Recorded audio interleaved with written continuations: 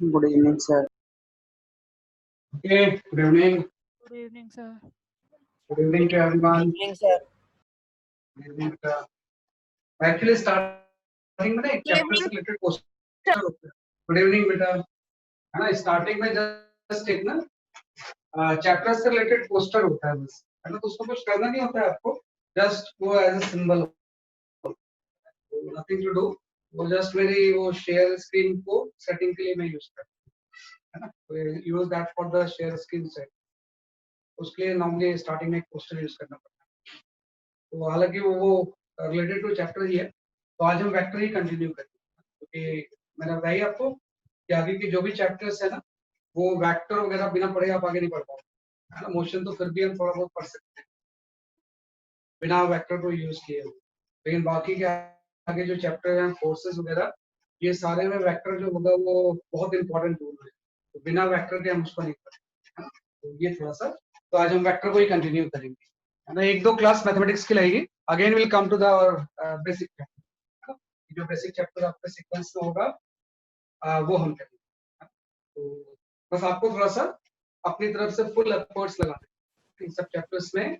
Actually कहीं भी आपको 9th में पढ़ाई नहीं जाती है, ये सारे 11th के टॉपिक्स होते हैं, लेकिन भी हम यहाँ पे पढ़ा रहे हैं आपको, so that you will be benefited with us, है ना. हमारे से आपको थोड़ा सा फायदा होना चाहिए, वो मेन पर्पस है, ताकि आप दूसरे स्टूडेंट से थोड़ा सा डिफरेंट है, तो तभी आप आगे जाके एक्सेल कर पाओगे. अगर आप अभी से थोड़े से आगे रहोगे, तो ये पर्पस होता है इन सब चैप्टर्स को पढ़ाने. क्लास हम डिस्कस कर रहे थे, मैंने थोड़ा सा वेक्टर स्टार्ट किया था, और वेक्टर में we have studied about the two law of vector addition, that is the triangle law and polygon law of vector addition. ये हमने डिस्कस किया था. यहाँ पे थोड़ा सा ना वेक्टर की कुछ बेसिक टर्मिनोलॉजी होती है, वो भी आपको जानना होता है. हम यहाँ पे जो नेक्स्ट चीज पढ़ते हैं, we study the terminology of a vector, है ना, कि बेसिक जो टर्म कौन सा हम यूज करेंगे, terminology of a vector.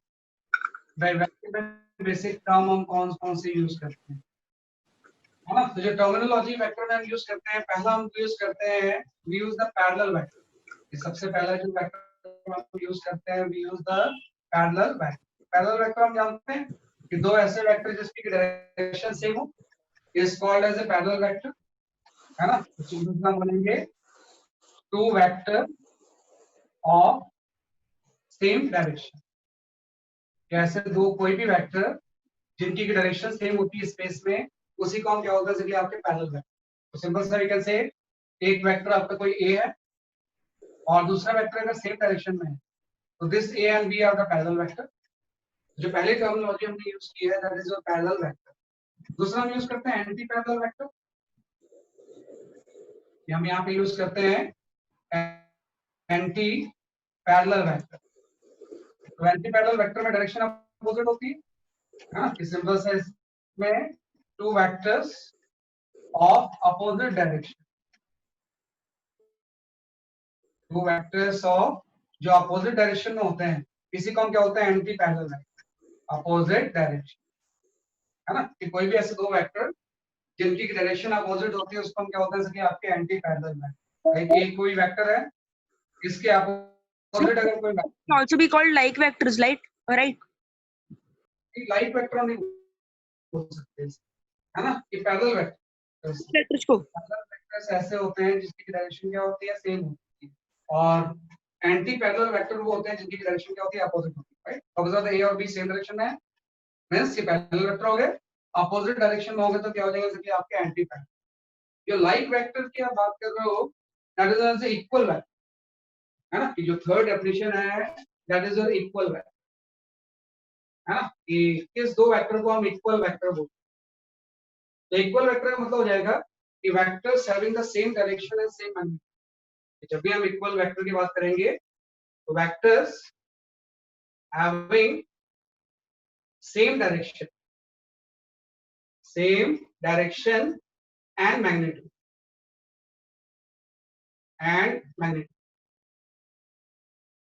right, and represent same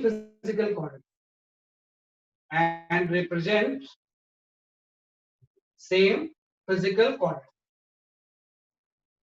है ना। तो इसको हम बोलते हैं इक्वल वेक्टर। ऐसे कोई भी वेक्टर जिनकी की सेम डायरेक्शन होती है और मैग्नीट्यूड भी सेम होता है और सेम फिजिकल क्वांटिटी को रिप्रेजेंट करते हैं। ये जानना मस्त है भाई, फोर्स का इक्वल वेक्टर फोर्स ही हो सकता है, एक्सेलरेशन का इक्वल वेक्टर एक्सेलरेशन ही हो सकता है। ऐसा नहीं कि फोर्स और एक्सेलरेशन इक्वल वेक्टर हो जाएंगे। तो सिंपल सा है कि दो इक्वल वेक्टर अगर होंगे तो दोनों का मैग्नीट्यूड क्या होगा, सेम होगा और डायरेक्शन भी सेम होगी।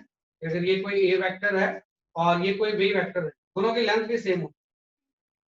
लेंथ का मतलब ही क्या होता है, जैसे कि आपका मैग्नीट्यूड। तो वी कैन सिंपल से ये जो ए और बी वेक्टर है वो equal vector, a is equal to simply we can cite the a और b वेक्टर क्या होंगे, सेम होंगे, क्योंकि दोनों के मैग्नीट्यूड भी सेम है ना। मैग्नीट्यूड के लिए जस्ट आपने ये यूज किया, अगर दो वेक्टर का मैग्नीट्यूड सेम है तो मैग्नीट्यूड के लिए हम ये मॉड का साइन लगाएंगे। तो अगर दो पैरेलल वेक्टर है जिनका के मैग्नीट्यूड भी सेम है तो उसी को हम क्या होता है कि आपका इक्वल और उस सेम फिजिकल क्वांटिटी को रिप्रेजेंट भी करनी चाहिए, है ना, अलग अलग क्वांटिटी नहीं होनी चाहिए, है ना। ऐसे हम यहाँ पे फोर्स रिप्रेजेंट करते हैं, that is your negative of vector. यहाँ मैं आप एक वर्ड यूज करते हैं नेगेटिव ऑफ ए वेक्टर, है ना। तो जो नेगेटिव ऑफ ए वेक्टर होता है इसका मतलब होता है two vectors of opposite direction but same magnitude. Simple सा ये जो चीज होती है vectors of opposite direction, opposite direction, है ना, but same magnitude, same magnitude.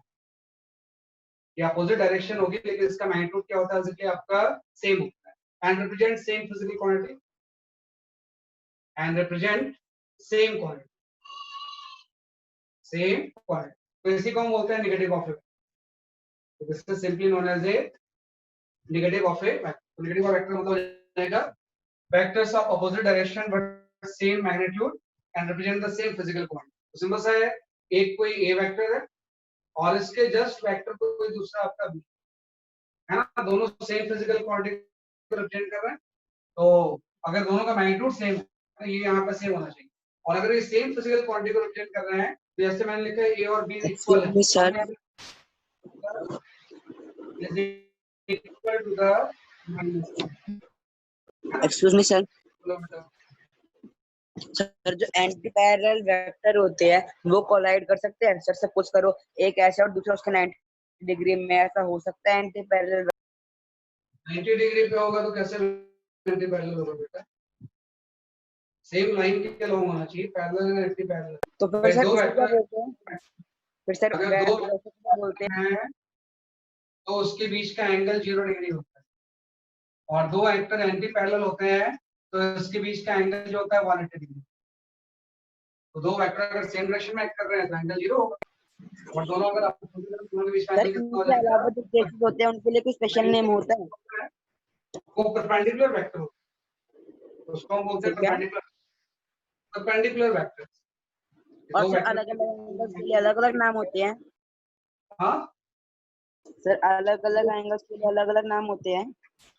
अलग अलग सर अलग अलग एंगल्स के लिए अलग अलग नाम होते हैं? हाँ हो सकता है, मतलब पैरेलल एंटी पैरेलल यार, पैरेलल मतलब आप जानते हो नॉर्मल लाइफ में जो यूज करते हैं भाई पैरेलल, उसका एंगल से क्या रिलेशन है।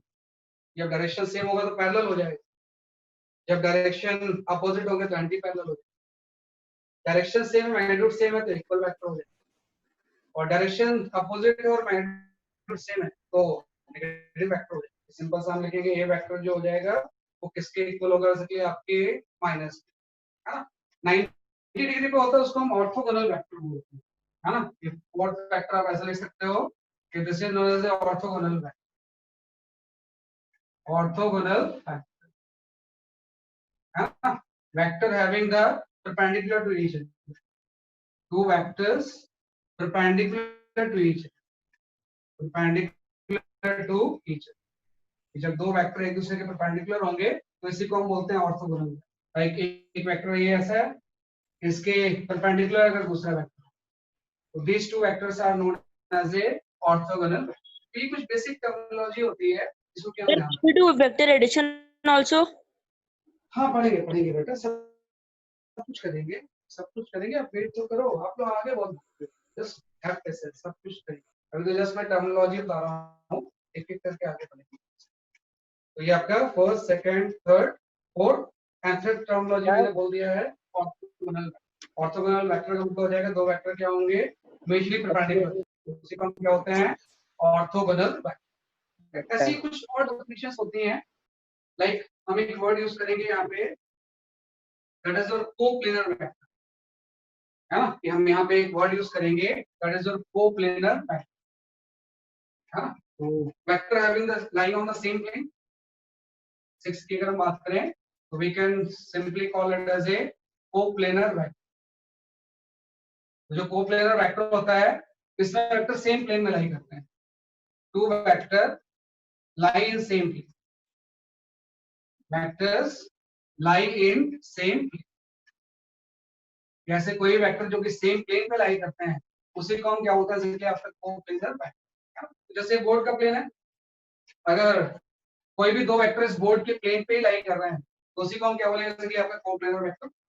एक कोई वेक्टर आपका ए यहाँ पे है और एक कोई वेक्टर आपका बी यहाँ पे, तो अगर ये दोनों सेमी प्लेन पे लाई कर रहे हैं तो we call it as a coplanar vector. ऐसे कुछ वेक्टर्स होते हैं उसको हम बोलते हैं कॉन्करेंट वेक्टर, है ना। ये सिंपल सा जो 7th आ गया, this is known as a concurrent vector, concurrent vector. तो कॉन्करेंट वेक्टर वो होते हैं जो कि सेम पॉइंट से ऑरिजिन हो, vectors originate from same point, from same point। ऐसे दो वेक्टर जो कि सेम पॉइंट से ऑरिजिनेट होते हैं उसी को हम क्या बोलते हैं, कॉन्करेंट वेक्टर। इस तरह से आपका एक कोई पॉइंट है, इसी से दो vector originate, A vector and B है ना। तो अगर सेम पॉइंट से दो वेक्टर ऑरिजिन हो रहे हैं तो इसी को हम बोलते हैं कि आपका कॉन्करेंट। तो ये कुछ वेक्टर की बेसिक टर्मिनोलॉजी जो कि वेक्टर में हम बार-बार क्या तरीके से आपने यूज किया, तो ये आपको पहले आना चाहिए। तो this is known as a terminology of a vector. ये कर सकते हैं सर। आप फिफ्थ वाले एक बार फिर से लिख सकते हो?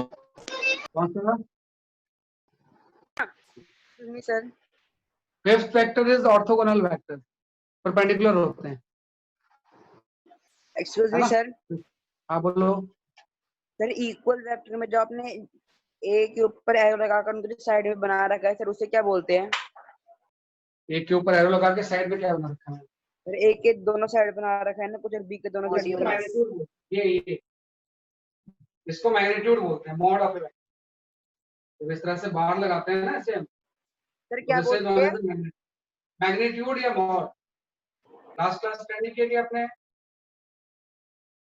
मैग्नीट्यूड या मॉड, अगर इसमें डायरेक्शन नहीं होती है ना, इसको हम बोलते हैं मैग्नीट्यूड या मॉड। सर इस पूरे को बोलते हैं या खाली जिस साइड में लाइन है उन्हें बोलते पूरे चीज को वो लगाने का मतलब होता है मैग्नीट्यूड ले रहे हैं, पूरे चीज को मॉड बोलते हैं, है ना। पूरे चीज को हम क्या बोलते हैं, इसलिए आपका मॉड। Rudra wait for some time, आपकी सारी चीजें क्लियर होंगी, अभी पढ़ेंगे हम इस चीज को। इस पूरे चीज को हम बोलते हैं मैग्नीट्यूड, पूरे ये लगाने का मतलब होता है हम डायरेक्शन से हटा रहे हैं सर मैग्नीट्यूड, इसको हटाने लगाने का मतलब होता है डायरेक्शन से मतलब नहीं है मैग्नीट्यूड। जब हम ऐसा लिखेंगे तो हम बोलेंगे ए और बी का मैग्नीट्यूड से, और जब हम इसको लगाए भी ना ऐसे लगा देंगे तो हम बोलेंगे दोनों वेक्टर से। ये हो गया दोनों वेक्टर इक्वल हैं, और ये लगाने का मतलब होता है सिर्फ magnitude.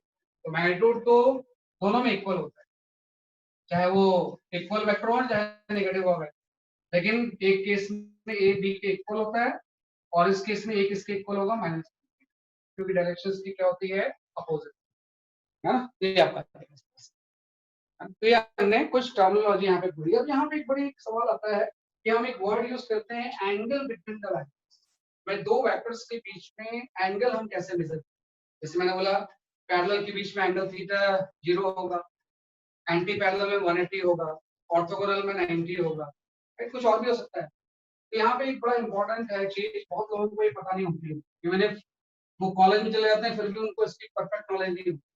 What is the meaning of angle between two vectors? Angle between two vectors, It's the angle which is formed when we join the tail of the first vector to the head of the second vector. नहीं ऐसा नहीं बेटा, ये गलत बोल रहा हूँ। Angle between the two vector का मतलब होता है angle between vectors, angle between vector when either their head और tail coincide, either their head और टेल कॉन्साइड। ये मतलब होता है एंगल बिटवीन द वेक्टर जब भी मेजर करते हैं तो वो हेड टू टेल में नहीं होना चाहिए। हेड टू टेल में तो हम ट्राइंगल लॉ के लिए यूज करते हैं, सर हेड टू टेल में नहीं होना चाहिए। क्या होना चाहिए? आइदर देयर हेड और टेल कॉन्साइड्स। इसका मतलब ये हो गया कि जैसे मैंने यहाँ पे दो वेक्टर ले लिया है ना, कि मैंने बोला कि भाई एक वेक्टर आपका ए है और दूसरा वेक्टर यहाँ पे बी। अब मैं इसके बीच में एंगल याद रखना कि मैं क्या करना चाहता हूँ कि what is the angle between Sir, the what you wrote after tail? Tail coincides. रुक जाओ ना, क्या चाहते मैं आपका माइक क्या? बंद कर दूंगा, किसी की भी एक्स्ट्रा आ जाएगी तो। Angle between the two vectors का मतलब हो जाएगा angle between the vectors when either their head और टेल कॉन्साइड्स, या तो हेड कॉन्साइड्स करे या टेल कॉन्साइड्स। तो जैसे मुझे निकालना है कि दो वेक्टर्स हैं, एक वेक्टर ए है दूसरा वेक्टर बी, इसके बीच में एंगल क्या होगा? ए वेक्टर था कि बी वेक्टर? मैं क्या करूंगा ना, इस बी को पैरेलली शिफ्ट करके यहाँ पे लगा दूंगा। किसी वेक्टर को अगर मैं पैरेलली शिफ्ट करता है तो उससे कोई फर्क नहीं पड़ता है। मैं बी को क्या करूंगा, पैरेलली शिफ्ट करके मैं यहाँ पे लगा दूंगा, है ना। तो आप देखो इन दोनों के टेल कौन साइड वही हो गया, कॉन्करेंट वेक्टर। इन दोनों के क्या कौन साइड करके जैसे कि आपके टेल कौन साइड, तो उस टाइम जो ये एंगल बनेगा this is known as angle between the, है ना। जब दोनों की या तो टेल कौन साइड्स करें या दोनों के क्या कौन साइड्स करें, जैसे कि आपका है, जैसे मैंने बोला बी को शिफ्ट करके मैं यहाँ पे ले आया, ए को भी शिफ्ट करके मैं ले जा सकता था पहले, तो ए को मैं यहाँ पे शिफ्ट करके ले आता हूँ, है ना। तो ये जो एंगल होता है इसी को हम बोलते हैं एंगल बिटवीन द। समझ रखना कि जब भी आप दो वेक्टर्स के बीच में एंगल मेजर करो तो या तो दोनों के टेल कौन साइड्स करने चाहिए या क्या करना चाहिए, जैसे कि आपके हेड कौन साइड्स। उस टाइम जो बीच में एंगल बनता है उसी को हम बोलते हैं जैसे आपका एंगल बिटवीन द, है ना। तो ये जानना, ये आपके ट्राइंगल लॉ से अलग है। ट्राइंगल लॉ में तो हम हेड टू टेल में लाते हैं, है ना, लेकिन यहाँ पे नहीं है। जब भी हम एंगल मेजर करेंगे तो या तो दोनों के टेल कॉन्साइड्स करेंगे या क्या कॉन्साइड्स करेंगे, जैसे कि आपके हेड।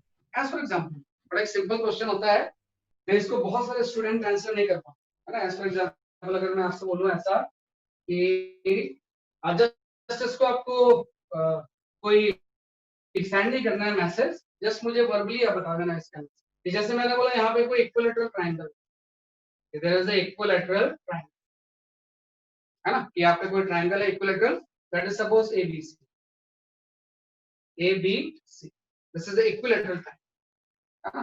तो आपको ये बताना है कि what is the angle between, पहले तो मैं आपसे बोल रहा हूँ कि what is the angle between AB vector and AC vector. और फर्स्ट पार्ट में मैंने ये पूछा है AB और AC, और सेकंड पार्ट में मैंने ये पूछा है 60 degree. What is the angle between 60 degree. 60 degree. degrees. and 60 degree. So 60 degrees. AC and CA vector, है ना। AB और AC में आप एंगल सेट करो 60 डिग्री, So AC the और answer CA is 60 degrees. The 0 degrees. 0 degree. कैसे होगा? 0 degree. Sorry, 0 degree. AC and CB, 0 degree. AC and CB. Find out the angle between the AC vector 60 and CB. degree. 60. 60. गलत answer. 60 degree. सोच के बोलो। Degree. 60 degree first part का answer सही है, second part का आंसर गलत है। Sir, 180 degree.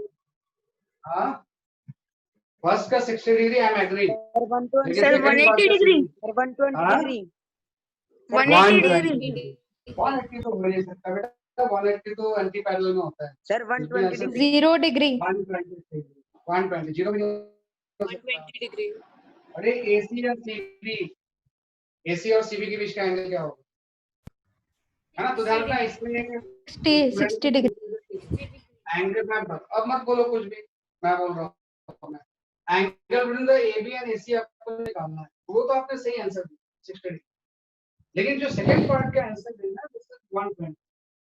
Yes. कैसे आप सोचते हैं, जैसे AB वेक्टर का मतलब होगा A से B, यार आप तो माइक म्यूट नहीं कर सकते क्या।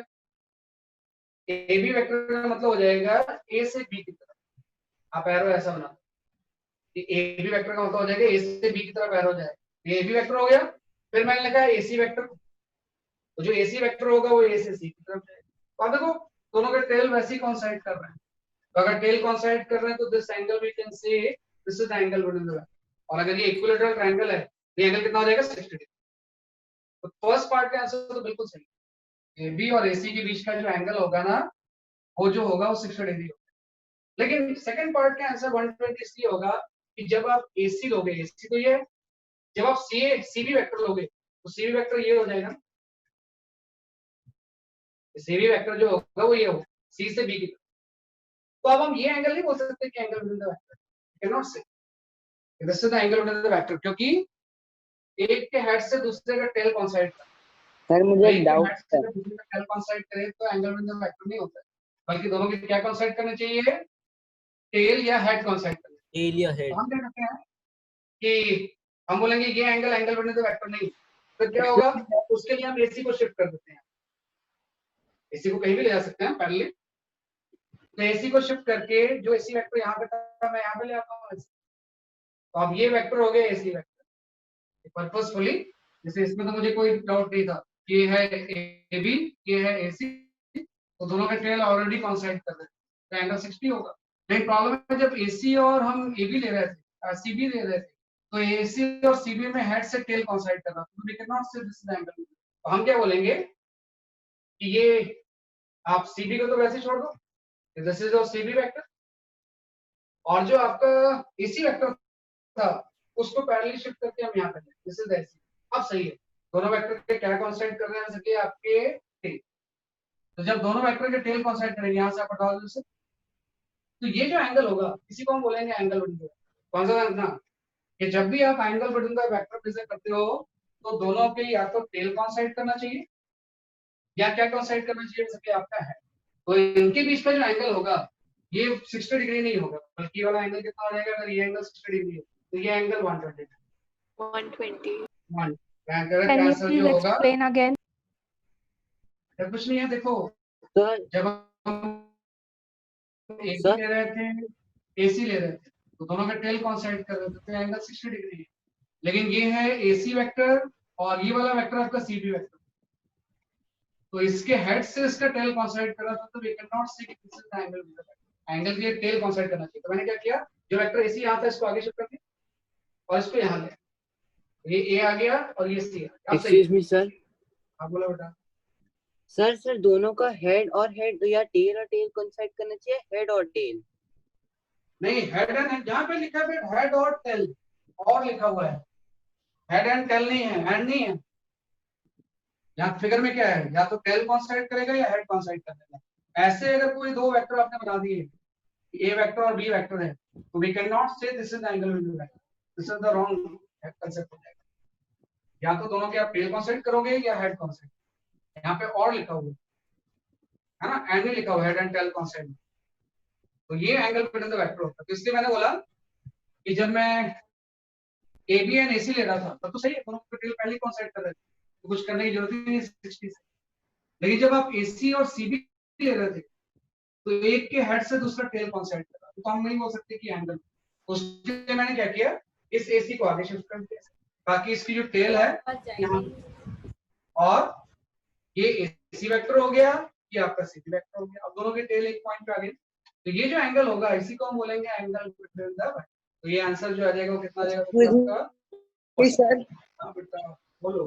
सर ऐसे में दो एंगल आ सकते हैं सर, एक तो यू आ सकता है सर, एक उल्टा भी आ सकता है, तो सर हमें छोटा वाला एंगल लेकर चलना है। कभी कभी नहीं, हाँ इस केस में छोटा वाला एंगल स्मॉलर लिख लो सर मैं नॉर्मल हमें छोटा वाला लेकर चलना है, स्मॉलर एंगल, स्मॉलर वर्ड लगा, smaller angle between the two angles, ये दोनों में जो छोटा एंगल है वो smaller angle between the two angles, है ना, कि इसमें smaller angle between the to क्या ले लेंगे आप बोलो बेटा। सर दूसरा एंगल आएगा कैसे? एंगल निकालने नहीं है आपको, 360 माइनस एंगल एक्सटेंड किया है क्या चीज, ताकि दोनों के टेल कोइंसाइड कर जाएं, इसी इसलिए एक्सटेंड किया है ताकि दोनों के टेल कोइंसाइड कर जाएं। सर तो आपने जब ए बी और सी ए का एंगल बीच का निकालना तब क्यों नहीं किया? उसके पहले उसमें टेल ऑलरेडी कॉन्साइड कर रहे थे। जब कर रहे हैं तो नहीं करना है, अगर नहीं कर रहे हैं तो करना है। अगर पहले से दोनों का टेल कॉन्साइड कर रहे हैं तो फिर शिफ्ट करने की जरूरत नहीं। लेकिन अगर नहीं कर रहे हैं तो फिर आपको शिफ्ट करके दोनों के टेल को एक साथ लाना, और टेल को लाके जो स्मॉलर एंगल बन रहा है उसकी को हम क्या बोलते हैं, एंगल बिटवीन द वैक्टर्स। ठीक है ना, इसलिए मैंने यहाँ पे एक स्मॉलर वर्ड लगा दिया कि smaller angle between the vector when either their head और टेल कॉन्साइड। तो स्मॉलर एंगल मेजर करना है, क्योंकि आप ये भी एंगल तो बोल सकते हो, ये भी एंगल के बीच में ये नहीं होता है, दोनों में जो छोटा एंगल है उसी को हम बोलते हैं एंगल बिटवीन द वेक्टर्स।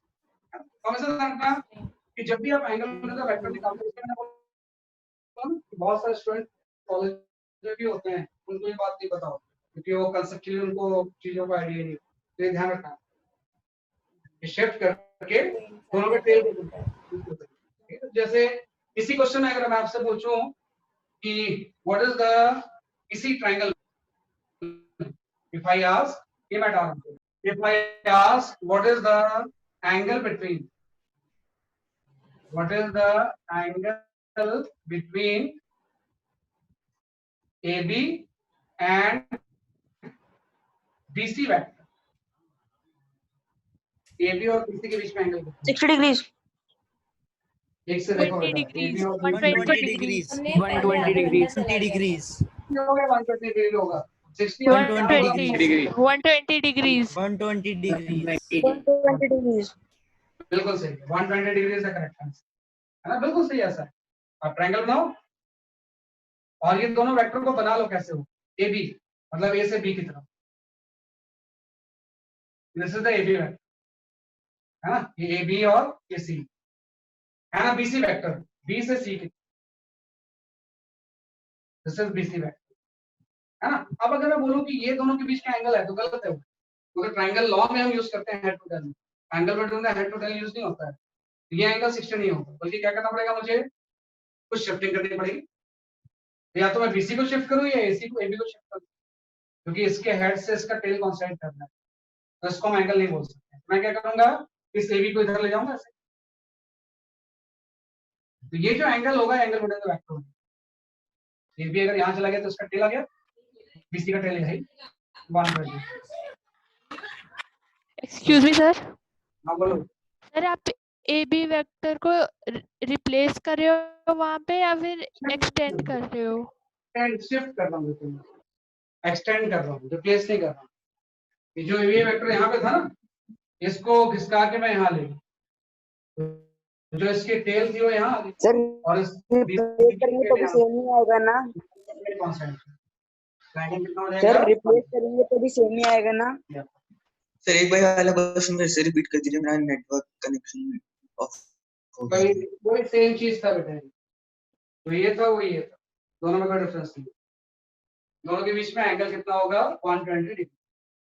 तो हमें समझ रखना कि एंगल बिटवीन द वेक्टर का मतलब होता है angle between the two vector जब दोनों की या तो टेल कॉन्साइड करे या दोनों के क्या कॉन्साइड करे हेड। तो चूंकि टेल कॉन्साइड करना ज्यादा इजी हो, इसलिए ज्यादातर हम टेल वाला कंसेप्ट यूज करते हैं, वैसे हेड वाला एंगल भी सेम ही है। तो ध्यान रखना, ये अपने मन में बिठा लो कि what is the angle between the two vectors, है ना, नहीं तो हम ऐसे 60 120 में कंफ्यूज होते हो, 60 है 120, तो इस केस में 60 है, सेकंड केस में 120, टेल कॉन्साइड टेल कॉन्साइड, जब टेल कॉन्साइड होगा तो उस टाइम जो एंगल होगा उसी को हम क्या बोलते हैं, एंगल बिटवीन द वेक्टर्स।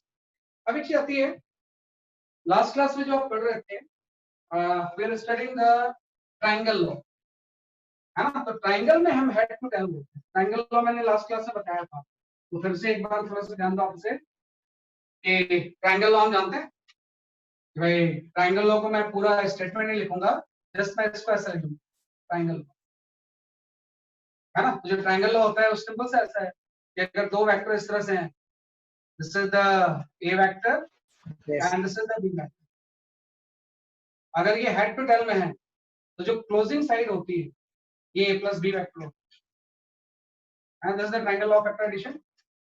अगर a और b vector head to tail में है, ट्रायंगल लॉ में हेड टू टेल में रखना होता है, हम हेड टू, सर अगर हेड टू टेल नहीं हुई तो नहीं कर सकते उसको, फिर रिजल्टेंट नहीं बोल सकते, वो लॉन्ग में है। अगर नहीं भी है तो उसको शिफ्ट करके हेड टू टेल में ले आओ। जैसे आप टेल को टेल में ला रहे थे वैसे हेड टू टेल में ले आओ। इसके हेड से दूसरे का टेल, तो जो a प्लस बी होगा फर्स्ट की हेड और टेल को और लास्ट के हेड को ज्वाइन करके ले लेंगे, a प्लस बी हो गया। ऐसे मैंने बोला था a माइनस बी कैसे निकालेंगे, तो b को अपोजिट कर देते हैं। आप बोलते थे a ऐसा है ना, this is the a vector. अगर मुझे a माइनस बी निकालना है तो जो b ऐसा था उसका उल्टा कर दो तो नेगेटिव वेक्टर बन जाएगा, ये आपका माइनस बी वेक्टर होगा। b को जस्ट रिवर्स कर दिया, तो जो ये वेक्टर था this is known as a minus B. इसी को हम बोलते थे ट्राइंगल में, भाई हेड टू टेल में होंगे तो ये इसका रिजल्टेंट क्या a प्लस बी होगा। हेड टू टेल में होंगे अगर माइनस करके लगाएं तो ये क्या हो जाएगा, इसलिए आपका a माइनस बी होगा। तो दिस इज ट्राइंगल लॉ। अब एक छोटी सी प्रॉब्लम आती है। सर हाँ बोलो बेटा। सर अभी हमने एक को सर हमें इसे ऐसे नहीं करना था सर। मैं आपको एक बार मेरी वीडियो देख लो सर। मैं वीडियो क्या देखूंगा, क्या फायदा होगा देखने में? सर बस एक चीज, मतलब हर पॉइंट में आप, हर मिनट में आप मुझे कुछ ना कुछ दिखाने लगते हो, वैसे थोड़ी क्लास में चल सकता है। हाँ बताओ क्या है। सर ऐसे क्यों नहीं हुआ? नहीं, ऐसे नहीं हो सकता ना बेटा, लॉ है, हेड टू टेल में लाना होता है, हेड टू टेल में लाना होता है। जो चीज का जो लॉ है वो लॉ है ना। सर जो आपने सेकंड आपका वाला बोला था उसमें ऐसा नहीं, ऐसा क्यों नहीं हुआ? सर सेकंड वाले में तो रिवर्स कौन तो से ऐसा सेकंड होना वाले? था। किस सेकंड वाले में? आप पर्सनली भेज दो सर बेटा, ये आप माइनस बी वाले में। आप मुझे पर्सनली मैसेज कर। ओके हाँ?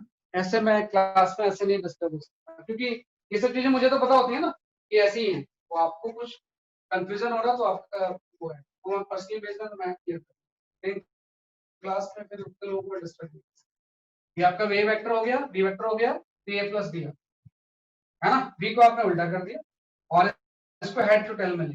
हमेशा ट्राइंगल लॉ में हेड टू टेल हो, जैसे मैंने लिखा है यहाँ। एंगल बिटवीन द वेक्टर जब हम मेजर करेंगे तो टेल टू टेल कौन साइड हो। लेकिन ट्राइंगल लॉ जब भी यूज करेंगे, चाहे प्लस भी यूज करें चाहे माइनस भी यूज करें, तो एक के हेड से दूसरे के टेल कौन साइड होगा, तो ये वेक्टर a माइनस बी। तो ये लेकिन थोड़ी सी इसमें प्रॉब्लम ये है कि अगर मुझे a का मैग्नीट्यूड पता है और b का मैग्नीट्यूड पता है तो ये ग्राफिकल मेथड। अगर मुझे निकालना है a प्लस बी का मैग्नीट्यूड कितना होगा, फिर तो मुझे कोई स्केल लेके मेजर करना पड़ेगा, डायग्राम बना, है ना, कि भाई इसमें अगर मुझे निकालना है a माइनस बी कितना होगा तो कोई स्केल लेके मेजर करना पड़ेगा। लेकिन हम एक मेथड चाहते हैं जिससे कि मैग्नीट्यूड मुझे आ जाए, उस मेथड को हम बोलते हैं एनालिटिकल मेथड। ये तो सारे ग्राफिकल है, तो हम यहाँ पे वेक्टर एडिशन का वी यूज एनालिटिकल मेथड। हम यहाँ पे यूज करेंगे वेक्टर एडिशन का एनालिटिकल मेथड, है ना। तो जो एनालिटिकल मेथड होता है इसका मतलब ये होता है कि आप रिजल्टेंट या a प्लस बी का मैग्नीट्यूड निकालना चाहते हो। पर्पस आप समझना क्या है, जैसे a वेक्टर है, b वेक्टर है, हम निकालना चाहते हैं what is the magnitude of the a plus B. a plus B होगा, इसका मैग्नीट्यूड कितना होगा। अगर ये a है और ये माइनस b है तो what is the magnitude of the a minus, इसकी वैल्यू होगी कितनी अगर आप a और b आपको पता है तो उसके लिए हम एनालिटिकल मेथड यूज करते हैं। इसी को हम बोलते हैं पैरेललोग्राम लॉ, इसी को हम बोलते हैं parallelogram law of vector addition, law of vector addition. Analytical method या parallelogram law of vector addition क्या होता है, उसके आपका सेम चीज होती है, राइट। तो देखो parallelogram law of vector addition जो होता है वो ये होता है कि जो शुरू में मैंने एक डायग्राम आपको, शुरू में मैंने जो एक पिक्चर दिखाई थी, पोस्टर दिखाया था आपको सबसे क्लास में, वो पैरेललोग्राम लॉ का ही जो parallelogram law of vector addition ये बोलता है कि if to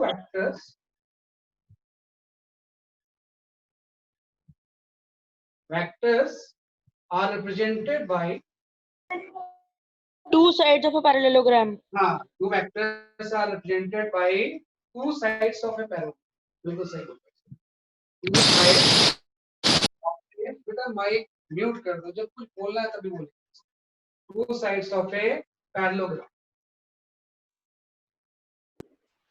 right? Here two vectors are represented by the two sides of parallelogram starting from same point. Starting from या फिर मैं माइक म्यूट कर दूंगा सभी का,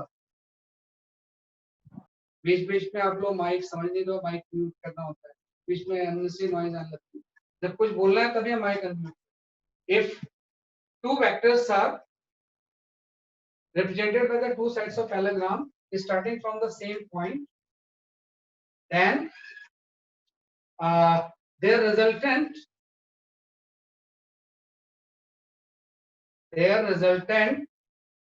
are represented by diagonal. Resultant are represented by diagonal passing through that point, passing through same point. ये आपका पूरा लॉ की डेफिनेशन सेम पॉइंट है ना। तो सिंपल सा मैंने बोला two vectors are represented by the two sides of a parallelogram starting from the same point, then their resultant are represented by diagonal passing through the same point। तो simple सा इसका मतलब क्या हो गया, ये पैरेललोग्राम लॉ कुछ अलग सा लॉ नहीं है, बल्कि ट्रायंगल लॉ को थोड़ा सा डिफरेंट तरीके से है ना। ये पैरेललोग्राम लॉ की अगर हम बात करें तो ट्रायंगल लॉ को थोड़ा सा मैंने एक्सटेंड किया है ना। मैं ये बोल रहा हूँ पैरेललोग्राम लॉ में कि यहाँ पे सपोज आपके दो वेक्टर्स है ना, एक वेक्टर आप ए ले लो है ना, और दूसरा वेक्टर आपका दूसरा बी वेक्टर, दोनों कॉन्करेंट वेक्टर हैं स्टार्टिंग फ्रॉम द सेम। तो ए और बी के बीच में कुछ एंगल होगा, तो ए और बी के बीच का एंगल हम कितना लेते हैं, जैसे कि आपका है ना, ए और बी के बीच का जो एंगल लेंगे वो एंगल कितना है, जैसे कि आपका ये दो वेक्टर्स है ना। अगर मैं पैरेललोग्राम कंप्लीट करूं, अगर ये दो वेक्टर पैरेललोग्राम की दो साइड्स को रिप्रेजेंट कर रहे हैं तो बी को शिफ्ट करके मैं यहाँ पे ले आ सकता हूँ है ना, और ए को शिफ्ट करके मैं यहाँ पे ले आ सकता हूँ ऐसा। भाई अगर दो वेक्टर पैरेललोग्राम की दो साइड्स से रिप्रेजेंट कर रहे हैं तो आपको तो सिंपल सा ट्रायंगल लॉ भी यही तो बोल रहा था कि अगर ये ए वेक्टर है और ये बी वेक्टर है और ए के हेड से अगर बी का टेल ज्वाइन करता है तो जो ये वाला वेक्टर होगा ये तो ए प्लस बी हो जाएगा ट्रायंगल लॉ से। ट्रायंगल लॉ के अकॉर्डिंग ये तो है एक वेक्टर अगर ट्रायंगल की साइड है, इसके हेड से बी का टेल लगा हुआ है, तो पहले की टेल और लास्ट की हेड को जो वेक्टर ज्वाइन करेगा वही क्या हो जाएगा, जैसे कि आपका ए प्लस बी हो जाएगा। तो उसी को थोड़ा सा स्टेटमेंट वाइज लिखा हुआ है यहाँ, if two vectors are represented with the two sides of a parallelogram AB starting from the same point, concurrent है, फिर हमने then their स्टार्टिंग में resultant कौन सी दो साइड्स ली थी बोलो क्या सर? बात है बेटा? ट्रायंगल लॉ में तो सर उन दोनों के उसको मैच करना था सर, इसमें तो उल्टा है ना। उनका कहाँ है, एक ही तो है, मैच ही तो कर रहे हैं। नो सर, सर एंगल इसमें तो जो है एंगल है एंगल के बीच में से जा रहा है। बेटा, ये एक वेक्टर है, ये दूसरा वेक्टर बी वेक्टर है, ये यही तो ए प्लस बी होता है, ट्रायंगल लॉ यही तो होता है। Yes sir. और क्या ट्रायंगल होता है, ये तो होता है ट्रायंगल, ये तो यहाँ पर तो ट्रायंगल लॉ ही है, इसमें क्या दिक्कत है, ये ए है ये बी है ये प्लस बी हो गया, ये तो ट्रायंगल लॉ है। अगर दो vector head to tail arrangement में है तो दोनों का सम जो वेक्टर होगा वो आपका ए प्लस बी हो जाएगा। हर चीज में आप यार क्वेश्चन करने लगते हो है ना, छोटी छोटी सी चीज है ना। तो सिंपल से मैंने बोला है ये ए वेक्टर है ये बी वेक्टर है, तो ये वेक्टर कौन सा हो जाएगा, कि आपका ए प्लस। उसी को यहाँ पे थोड़ा सा हमने स्टेटमेंट यूज कर लिया, ये इसको ये बोला कि if two vectors are represented by the two sides of a parallelogram starting from the same point। अब एंगल बिटवीन द वेक्टर और ट्रायंगल लॉ को अलग अलग करके देखो, एंगल बिटवीन द वेक्टर एक अलग चीज, उसको ट्रायंगल लॉ से मिक्स नहीं करवा। Two sides of a parallelogram starting from the same point, then their resultant are represented by diagonal passing through the same। कोई मैं बोल रहा हूँ कि अगर दो वेक्टर है ना किसी सेम पॉइंट से ऑरिजिन हो रहे हैं और एक किसी ये पैरेललोग्राम को रिप्रेजेंट कर रहे हैं, तो जो डायगोनल होगा इन दोनों का क्या हो जाएगा, कि आपका रिजल्टेंट। तो सिंपल सा ए और बी का सम क्या हो जाएगा, कि आपका एक प्लस बी होगा। अब प्रॉब्लम ये है कि अगर आपको ए का मैग्नीट्यूड पता है ना, प्रॉब्लम यहाँ पे ये है कि अगर ए का मैग्नीट्यूड मुझे पता है कि ए है और b का जो मैग्नीट्यूड है वो सपोज आपका b, तो मुझे ये निकालना है कि what is the magnitude of the a plus, ये कितना है ना, इसका मैग्नीट्यूड कितना होगा, यही तो एनालिटिकल मेथड है। हम निकालना चाहते हैं कि इसकी लेंथ मुझे पता है, इसकी लेंथ पता है, तो ये डायगोनल की लेंथ होगी कितनी, है ना। तो उसके लिए थोड़ा सा हम यहाँ पे स्किल यूज करेंगे जो रिजॉल्विंग आपने पढ़ा था, रिजॉल्व करना आपने इसीलिए पढ़ा था, जो parallelogram law of vector addition है उसी लिए आपने रिजॉल्व करना पड़ा। तो हम यहाँ पे क्या यूज करेंगे, स्किल ऑफ रिजॉल्व।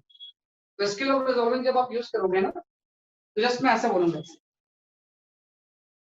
कि अगर मुझे निकालना है कि a प्लस बी की लेंथ कितनी होगी, तो मैं यहाँ पे ऐसा ले लूंगा, आप एकदम ध्यान दें, ये a है, ये वाली लेंथ a ले ली मैंने, ये वाला लेंथ आपका b हो गया। जस्ट अगर हम वेक्टर साइन हटा भी दें तो सब कुछ बनता है, ये लेंथ कितना हो गया, जैसे कि आपका b हो गया। तो मेरा पर्पस ये है कि मुझे ये लेंथ निकालनी है ना, यही लेंथ जो होगी a प्लस बी का क्या हो जाएगी, मैग्नीट्यूड हो जाएगी। तो आपको पता है ये वाला एंगल थीटा है ना, क्योंकि इन दोनों के बीच में अगर ये वाला एंगल थीटा है, ये वाला एंगल तो थीटा ही होगा, क्योंकि बी को आपने पैरेलल तो फिट किया है यहाँ पे, ये वाला एंगल भी क्या होगा, जैसे कि आपका थीटा होगा। तो मैं क्या करूंगा, इस बी को रिजॉल्व करूंगा। तो जैसे मैं यहाँ पे बी को रिजॉल्व करूंगा, बी का ये वाला जो कंपोनेंट होगा ये बी कॉस थीटा हो जाएगा। उस दिन आपने पढ़ा था कि जहां से एंगल बनता है वहां पे कौन सा आ जाता है, जैसे कि आपका बी कॉस, और ये वाला जो कंपोनेंट होगा ये बी साइन थीटा हो जाएगा। या आपने इस बी को रिजॉल्व कर दिया, ए को ऐसे छोड़ दिया। सर समझ में नहीं आया। बेटा आपने लास्ट क्लास अटेंड की है, मुझे बताओ पहले। Yes sir. Last class attend की है आपने? यस नहीं सर। की है ना, तो कैसे समझ में आएगा, नहीं की है ना सर करिए। बेटा बी, तो फिर कैसे रिजॉल्व करना आपको नहीं आ रहा है। एक कोई ए वेक्टर है, हर बात में आपको ए वेक्टर है और ये एंगल थीटा है, तो ये वाला इसका कंपोनेंट क्या होता है, ऑरिजिनल कंपोनेंट कैसे निकालते हैं, जहां से एंगल बनता है वहां पे cos थीटा होता है, और ये वाला कंपोनेंट आपका ट्रिग्नोमेट्री यूज करके sin थीटा होता है। लास्ट क्लास में बताया था ना मैं कि वेक्टर को रिजॉल्व कैसे करते हैं, ये cos थीटा हो गया, ये sin थीटा। वही तो मैं यहाँ भी कर रहा हूँ कि अगर ये कोई वेक्टर b है तो जहां से एंगल बनेगा b cos थीटा हो जाएगा, और ये वाला वेक्टर क्या हो जाएगा, सर कि आपका b sin theta. Just resolve कर दिया, b cos theta b sin, है ना। जैसे हम इसको रिजॉल्व करते हैं, तो a को ऐसे छोड़ दिया मैंने, b को रिजॉल्व कर दिया, b cos theta b sin, क्योंकि मेरा पर्पस ये था इस लाइन की मुझे लेंथ निकालना। और थोड़ा सा ध्यान दो, ये जो लेंथ है वो a, और ये लेंथ b cos थीटा है और ये b sin थीटा है। तो थोड़ा सा अगर मैं और सिंपलीफाई करूं इसे, तो मैं इसको ऐसे लिख सकता हूँ, ये पूरी लेंथ हो जाएगी a प्लस बी cos, ये लेंथ a, ये लेंथ b cos थीटा, ये पूरी a plus B cos theta होगी, और ये वाली जो लेंथ होगी ये आपकी हो जाएगी b sin, है ना। तो ये डायगोनल आ गया। अब सही है, जब भी दो चीजें ऐसे परपेंडिकुलर होती है ना, तो हम पाइथागोरस लगा सकते हैं, इसका स्क्वायर प्लस इसका स्क्वायर, इसका स्क्वायर होगा। वो चीजें जब परपेंडिकुलर होती है तो हम क्या लगा सकते हैं, इसलिए आपका पाइथागोरस थ्योरम। अगर ये लेंथ मुझे पता है, ये लेंथ पता है, तो हम इस डायगोनल की लेंथ निकाल सकते हैं, और डायगोनल ये जो है वो a प्लस बी है भाई। अगर ये दो साइड्स a और b को रिप्रेजेंट कर रही हैं तो इसका डायगोनल क्या हो जाएगा, समझिए आपका a प्लस बी, तो उसी की लेंथ मुझे निकालनी है। तो मैं स्टेप वाइज गया, रिजॉल्व किया, ये a plus B cos theta हो गया, ये b sin थीटा हो गया। तो मैं जस्ट लिखूंगा कि ये अगर a प्लस बी का मैग्नीट्यूड है, ये पूरी है, तो इन दोनों को स्क्वायर करके ऐड कर दूं तो ये चीज है ना। तो सिंपल सा मैं यहाँ पे ऐसे लिख सकता हूँ कि जो a प्लस बी वेक्टर का मैग्नीट्यूड होगा, इसी को कई बार हम रिजल्टेंट भी बोलते हैं, resultant and a plus B का मैग्नीट्यूड सेम चीज है, तो ये इक्वल हो जाएगा अंडर रूट ऑफ पाइथागोरस लगाएंगे a plus B cos theta का होल स्क्वायर, है ना, प्लस b sin थीटा का, इसमें कोई डाउट नहीं होना चाहिए कि भाई बेस और परपेंडिकुलर को स्क्वायर करके ऐड करके अगर अंडर रूट ले लेंगे तो हाइपोटेनस अपने आप आ जाएगा, और पर्पस आपको कोई तो था उसकी लेंथ निकालनी। अब इस चीज सर इसकी वैल्यू क्या आएगी? अभी निकालना बहुत जल्द बात है, सर जब हमने डायग्राम बनाया है उसी से हम angle between the resultant and the A vector निकाल, वो भी निकालेंगे, पहला रिजल्टेंट निकालेंगे, p sin उसको theta अगर upon हम- cos theta हो जाएगा। हाँ बिल्कुल बिल्कुल होगा, सही बात। यहाँ से हम लिखेंगे जो रिजल्टेंट होगा ये आपका हो जाएगा ए वेक्टर प्लस बी वेक्टर का मैग्नीट्यूड, और इस पूरी चीज को अगर मैं सिंप्लीफाई करूँ ये आपका हो जाएगा A square plus b square plus 2ab cos theta। B square, यहाँ पे आ जाएगा sine square theta plus cos square theta, है ना, plus 2ab cos cos theta। या है ना, कुछ नहीं बोलो बेटा। यहाँ से जस्ट अगर हम स्क्वायर करते हैं और इसको इस तरह से सिंप्लीफाई करें तो बी स्क्वायर कॉमन आएगा और यहाँ पे sign square theta plus cos square theta है, और ये हम जानते हैं कि साइन स्क्वायर प्लस को बी कॉस स्क्वायर थीटा क्या होता है 1 के इक्वल। तो यहाँ से एक फॉर्मूला आ गया, ये फॉर्मूला आपको याद रखना है कि r इक्वल टू हो जाएगा a प्लस बी का माइनस, ये इक्वल हो जाता है under root of A square plus plus b B square square plus 2ab cos। तो यही फॉर्मूला होता है, ये फॉर्मूला ही ड्राइव करना आपका मेन एम है। अगर आपको पूरा मेथड नहीं पता है तो किससे फॉर्मूला आना चाहिए। सिंपल से ये बोल रहा है कि अगर मुझे इस ए वेक्टर का मैग्नीट्यूड पता है, बी वेक्टर का मैग्नीट्यूड पता है, और ये थीटा ए और बी के बीच का एंगल है, तो जो रिजल्टेंट होगा या ए प्लस बी का जो मैग्नीट्यूड होगा उसका फॉर्मूला ही होगा A square plus B square plus क्या हो जाएगा 2ab cos।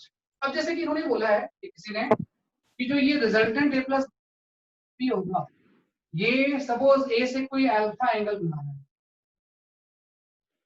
जो रिजल्टेंट ए प्लस बी है, अगर ये ए से कोई एंगल अल्फा बनाना है तो जस्ट हम ये बोलेंगे कि अल्फा कौन सा एंगल होगा, एंगल बिटवीन द, देखो इसमें ध्यान रखना है थीटा जो है this is the angle between A vector and B vector, A and B.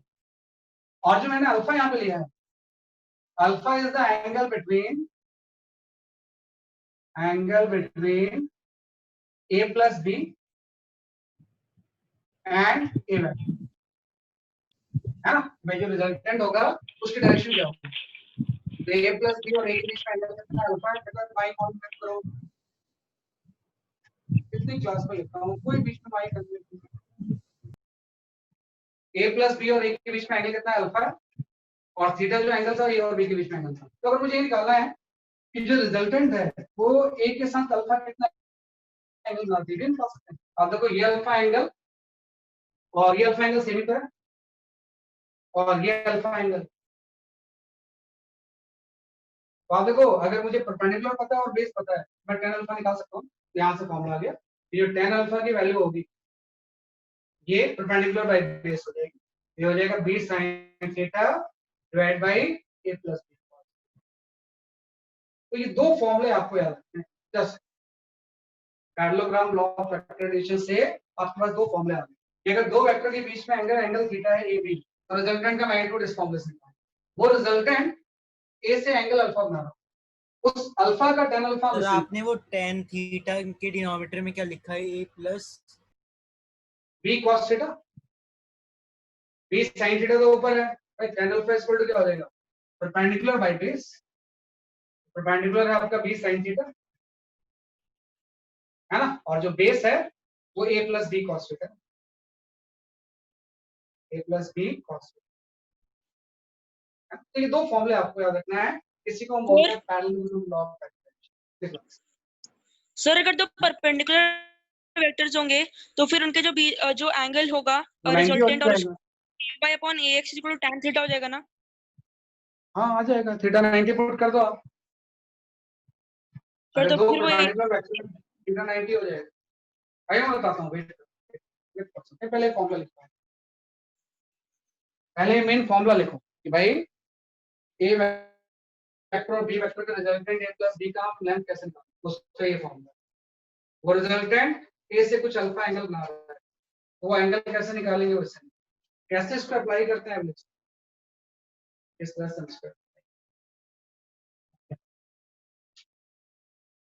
इसी को हम बोलते हैं पैरेललोग्राम लॉ ऑफ फैक्टराइजेशन, है ना। ये सबसे ज्यादा यूज, क्योंकि ट्रायंगल लॉ का ही एक्सटेंशन है, ट्रायंगल लॉ से कोई अलग थोड़ी है।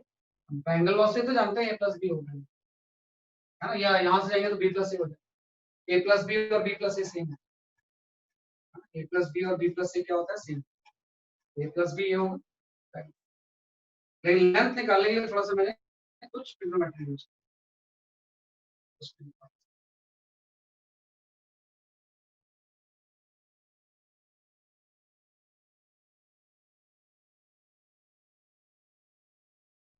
तो this is known as a parallelogram law of factor addition. अगर ये आपको पता होगा तो मोस्टली क्वेश्चंस आप कर लो यहाँ पे भी यूज. इसके बाद हम आते हैं, अब इसको थोड़ा सा हम एनालाइज करते हैं चीजें, है ना. कि मैं अगर आपसे ऐसा बोलूं कि ये जो ए और बी का रिजल्टेंट था, या ए प्लस बी का जो मैग्नीट्यूड था, इसकी वैल्यू का फॉर्मूला आपने निकाला, root of A square plus B square plus 2ab cos. तो ये थीटा एक फैक्टर आ गया ना. थीटा अगर चेंज होगा तो रिजल्टेंट की वैल्यू चेंज होगी. तो अगर किसी केस में बोलूंगा थीटा 0 डिग्री, अगर दो वेक्टर पैरेलल है, तो आप बोला थीटा अगर 0 डिग्री होगा तो जो ए प्लस बी का मैग्नीट्यूड होगा, है ना, ये सिंपल ए प्लस बी के इक्वल है ना, हो जाएगा ना. ए प्लस बी का मैग्नीट्यूड किसके इक्वल हो जाएगा, ए प्लस बी के इक्वल हो जाएगा. फिर थीटा पे यहाँ पे 0 पुट कर दो और cos 0 की वैल्यू 1 होती है. cos 0 कितना होता है, 1 होता है. तो ये ए प्लस बी का होल स्क्वायर बन जाएगा, मतलब ए प्लस बी के इक्वल आ गया. और ए प्लस बी का जो मैग्नीट्यूड होगा ये इसकी मैक्सिमम वैल्यू होगी, इससे ज्यादा इसकी वैल्यू नहीं होगी. कॉन्सेप्ट ये है कि जब भी दो वेक्टर का वेक्टर सम निकालोगे तो वो डिपेंड करता है कि एंगल कितना है. एंगल चेंज करेंगे तो सम चेंज होता है. तो ये मैक्सिमम कब होगा, जब ये cos थीटा की वैल्यू मैक्सिमम है.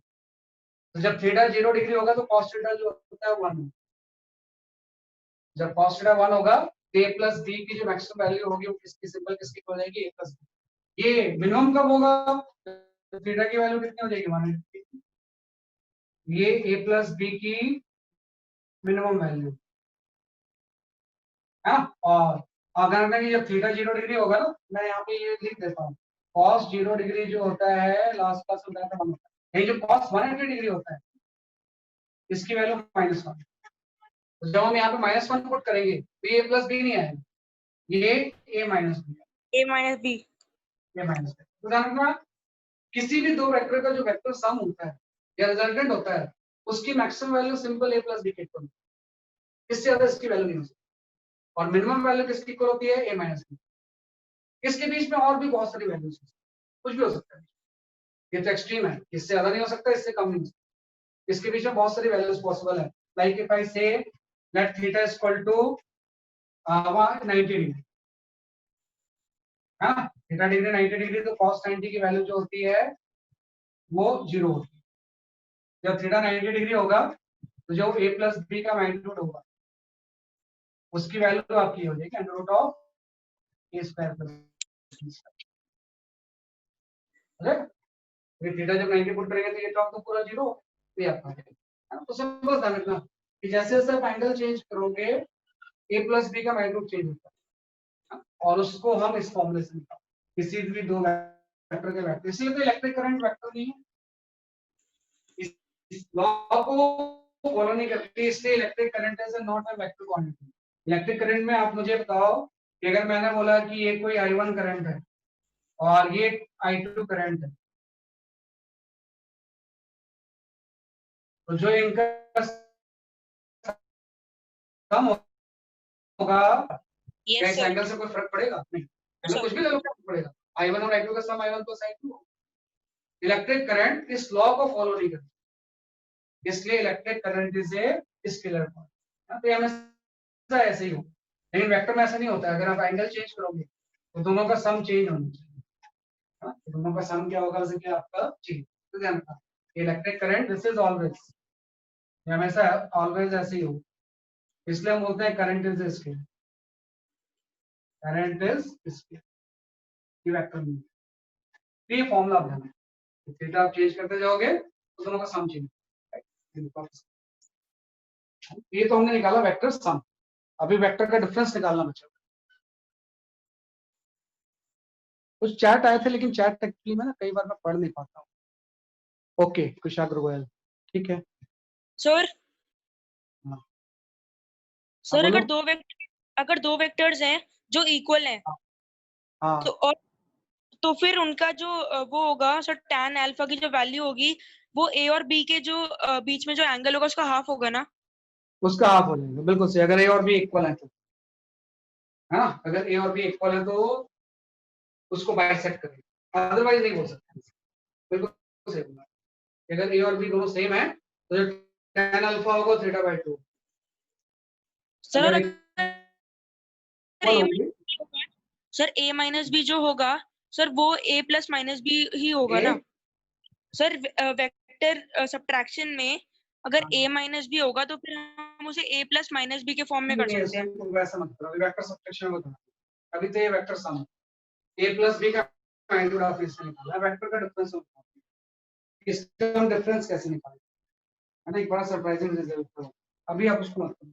आपका दूसरा पॉइंट वैलिड था कि अगर दो वेक्टर का मैग्नीट्यूड सेम होगा तो जो अल्फा होगा वो θ/2 है ना, दोनों के बीच में बाइसेक्ट करते हैं, अदरवाइज वो डिफरेंट है। ये सही है, लेकिन मैं डिफरेंस के बारे में अभी बताता हूँ।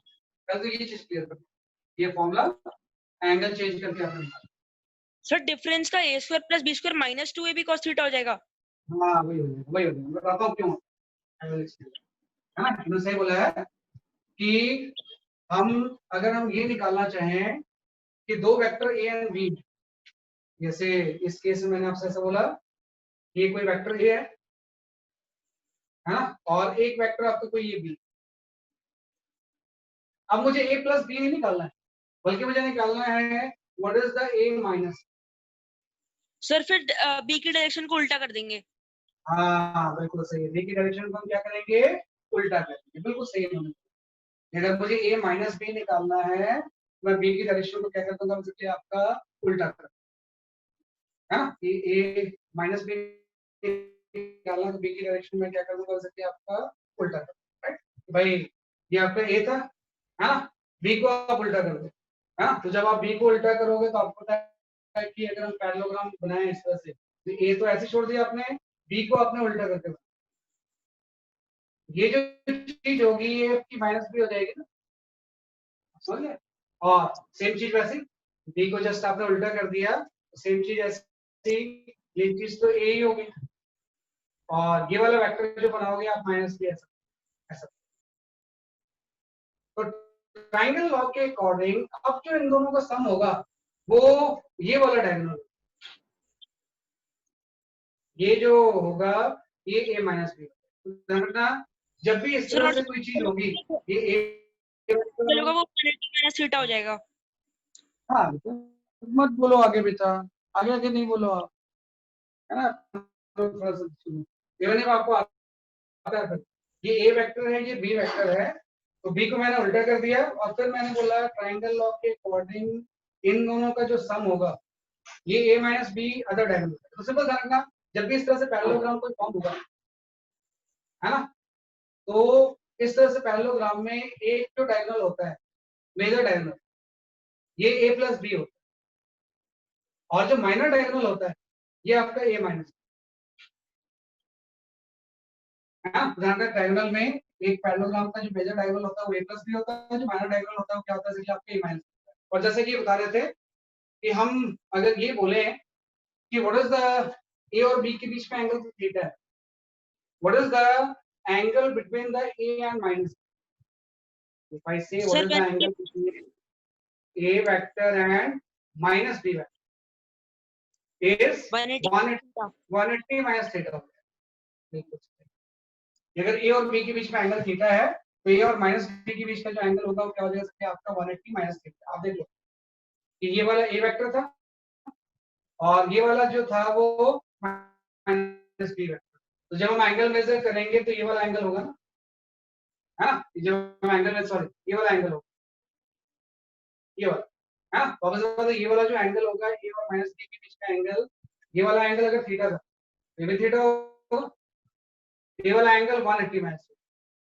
कौन सा करना कि अगर a और b के बीच का एंगल आपने थीटा लिया था तो a और माइनस b के बीच का एंगल कितना हो जाएगा, 180 माइनस थीटा। मतलब आपको अलग से फॉर्मूला निकालने की जरूरत नहीं है, बस अगर मुझे a माइनस b निकालना है तो थीटा की जगह पे 180 माइनस थीटा है ना। तो जस्ट सिंपल से अगर आपसे कोई बोले कि what is the magnitude of the a minus b, यही मैं लिख रहा हूं, what is the magnitude of the A vector minus B vector, तो ये आपको आ जाएगा under root of A square plus B square minus 2ab cos, बीच में माइनस साइन आ जाएगा क्योंकि आप 180 माइनस थीटा पुट करो और cos 180 minus theta minus cos theta हो, ये आपका आगे रिजल्टेंट। ऐसे ही अगर आपसे बोले कि जो a माइनस बी है रिजल्टेंट से कितना अल्फा एंगल बना रहा होगा, ये भी हम निकाल सकते हैं। वैसे स्टिल उतनी आप इसी को कि आपको ये तो पता है कि इसी फॉर्मूले में आप थीटा की जगह पे क्या पुट कर दोगे 180 माइनस, भाई जब a प्लस बी लोगे तो ये एंगल थीटा है, जब आप a माइनस बी निकालोगे तो उसकी जगह पे क्या देगा सकते आपका 180 माइनस, रिप्लेस करेंगे तो ये फॉर्मूला इसको ये थोड़ा सा हम तो ये वेक्टर का सम एंड डिफरेंस का parallelogram law of vector addition, this is known as the parallelogram law of vector addition, ये हम कर सकते हैं।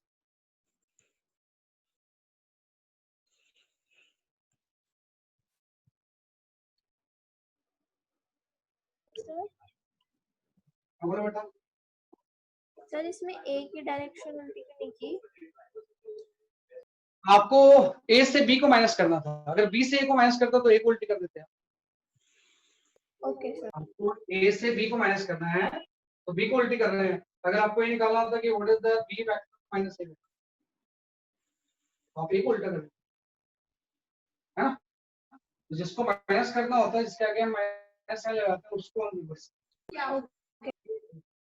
सर सर जब दो वेक्टर्स उनके कंपोनेंट्स में दिए होते हैं तो उनके कंपोनेंट्स को ऐड कर देते हैं ना? हाँ ऐड कर देंगे, सही है। सर एक्स कंपोनेंट्स और वाई कंपोनेंट्स को ऐड कर देंगे। नहीं ऐड कैसे कर देंगे? नहीं आपका सर, जैसे कॉन्सेप्ट दोनों के एक्स कंपोनेंट्स और दोनों के वाई कंपोनेंट्स को ऐड कर देंगे। हाँ, x को x के साथ अलग करोगे और y को y के साथ अलग कर दोगे, तो फिर उनका मैग्नीट्यूड निकाल लेंगे। उसका मैग्नीट्यूड। लेकिन आप इसी को यूज करो, आपके इसको उसी को यूज, ये आपके वेक्टर का सम एंड डिफरेंस होता है। बस डिफरेंस ये है कि जब हम a प्लस b निकालेंगे तो यहाँ पे अगर एंगल थीटा लिया है तो यहाँ पे प्लस साइन आता है, जब a माइनस b लेंगे तो हम 180 माइनस थीटा, यहाँ पे साइन क्या आ जाएगा माइनस। एक डायगोनल अगर a प्लस b है तो दूसरा डायगोनल क्या होता है जैसे कि आपका a माइनस, ये हम इस तरह से define. I will give few numericals, उसको आप अटेम्प्ट करो, उससे आपको और क्लैरिटी आएगी, है ना। आंसर देना, मैसेज करना, बताना नहीं मुझे, जस्ट मैसेज मी।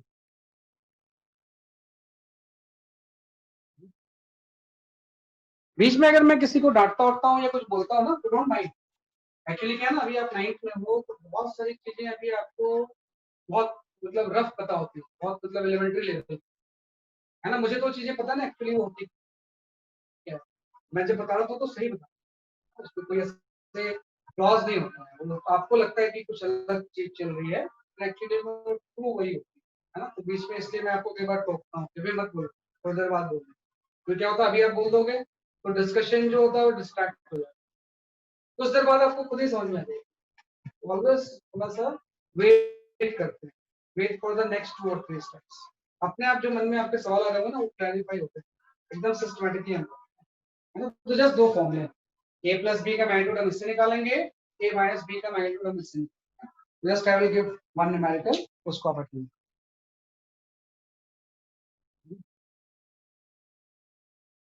हाँ वृंदा जैन, हम नेक्स्ट चैप्टर स्टार्ट करेंगे, एक क्लास अभी मैथमेटिक्स की और होगी जिसमें कि हम कैलकुलस और प्रोजेक्टाइल मोशन खत्म कर लेंगे, उसके बाद नेक्स्ट चैप्टर स्टार्ट, क्योंकि 9th में चैप्टर ही कम होता है, बहुत ज्यादा हमारे सिलेबस का कोई वो नहीं।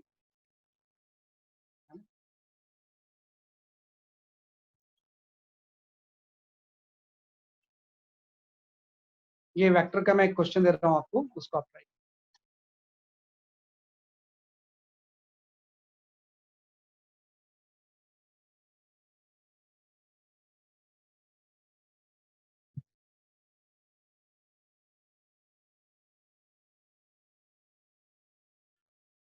हाँ चलो ये आप सॉल्व करो, अपने आप आ जाएगा आपको सारी चीज। 2 vector of equal magnitude 2 are at an angle of 60 degree to each other, find the magnitude of their sum and difference। दोनों का सम और डिफरेंस का 90।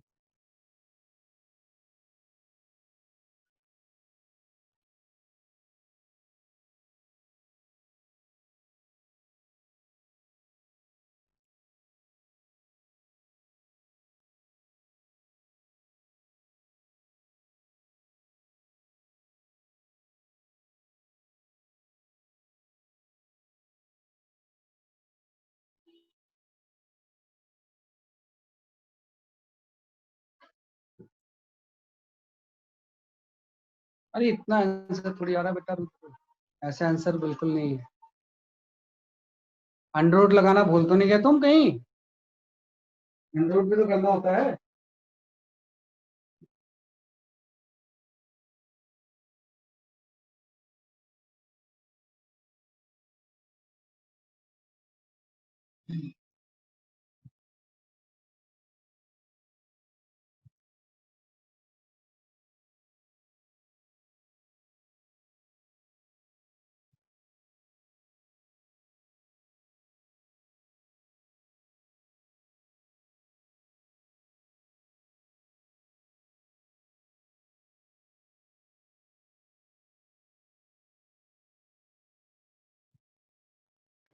सर अमन गुप्ता का सही है। हाँ, मैं देख रहा हूँ, अभी देखता हूँ।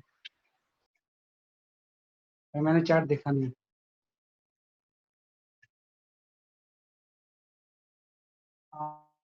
ना आंसर सही, जिसका आंसर सही होगा मैं बता दूंगा, जिनका नहीं सही है मतलब सही नहीं है तो मैं नहीं बता रहा हूँ। अभी तक जो आंसर आया है अंकित वर्मा का सही है।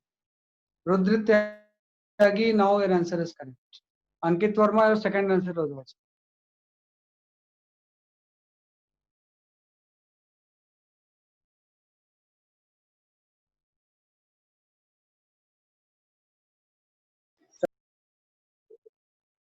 अच्छा।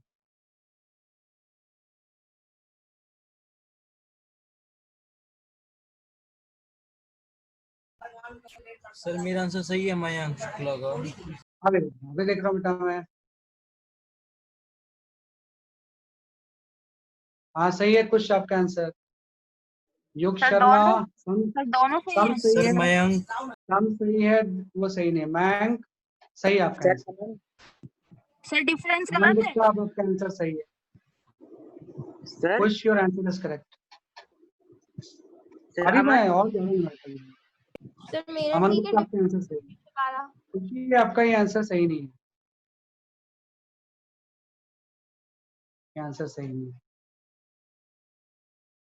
मैं अभी और न्यूमेरिकल दूंगा। अभी कहाँ आपने किया है, तो बहुत सारे करोगे आप। इतना कर लोगे कि अभी 11th की 80 वर्मा करने लोगे साल।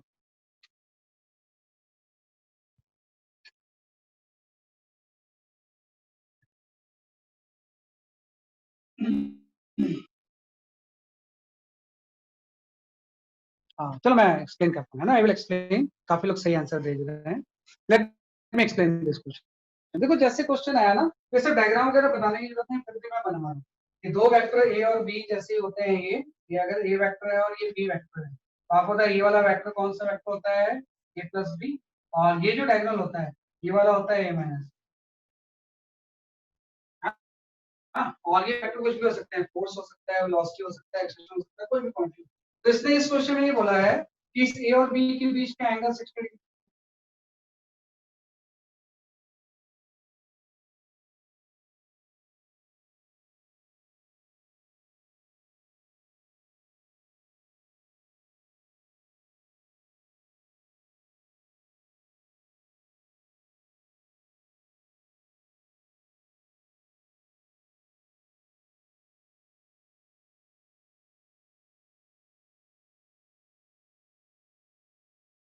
है ना। तो cos 60 से आपका एक और देखो, यहाँ से 2 इंटू 2 इंटू cos 60, एक 2 तो कैंसिल हो गया और ये भी कैंसिल हो गया। तो 2 का स्क्वायर का रूट ए प्लस बी 2 रूट 3 आ गया, ए माइनस बी 2 आ गया। और चूंकि ए और बी सेम है तो रिजल्टेंट जो ये एंगल बना रहा होगा 60 डिग्री में, 30 डिग्री में।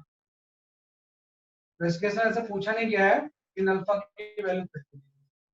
क्योंकि ये और भी सेम है ना, तो बाइसेक्ट निकाल लेंगे ऐसे। This way we can attend this type of questions. तो जस्ट सम में निकाल लिया, डिफरेंस में निकाल लिया, ऐसा थोड़ी होगा। आप देखो स्केलर में तो ये चीज कुछ होती नहीं है ना। अगर मैं आपसे आज के पहले वेक्टर अगर आप नहीं जानते और मैं आपसे बोलता कि ए और बी 2 है, बताओ a प्लस बी कितना होगा? आप बोलते थोड़ी होगा, है ना? वो scalar algebra. a minus B कितना होगा? अरे दोनों 2 है, a माइनस बी 0 होगा। ये वो स्केलर अलजेब्रा होता है। स्केलर के अलजेब्रा और वेक्टर अलजेब्रा में फर्क है ना। वेक्टर अलजेब्रा में वैसे इस फॉर्मूले से निकालते हैं प्लस बी यानी सिंपल, हम प्लस माइनस नहीं कर सकते। अगर ये 2 है और 2 है तो सम 2 प्लस 2 4 होगा। डिफरेंस जो होगा 2 माइनस 2 क्या हो जाएगा? 0 हो जाएगा। You can not say this. या आप इस तरह से ठीक है। Sir please give one more question. हाँ अभी देते हैं, बहुत क्वेश्चन मेरे हैं यार, 50 क्वेश्चन तो होंगे मेरे पास कम से कम से।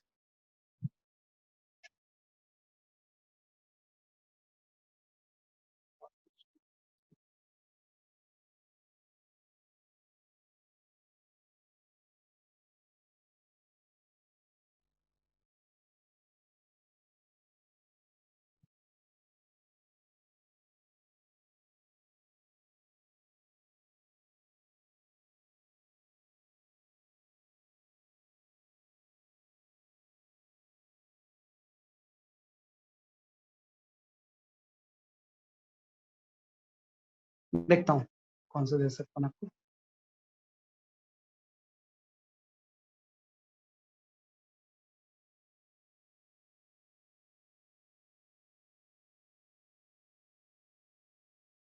इसका 9th करना सॉल्व आप। हाँ नहीं इसको मत करो, नॉट सॉल्व, इसकी जगह पे दूसरा लिखता हूँ। जस्ट हैव सॉल्व दूसरा क्वेश्चन। ये भी करना है आपको लेकिन थोड़ी देर बाद।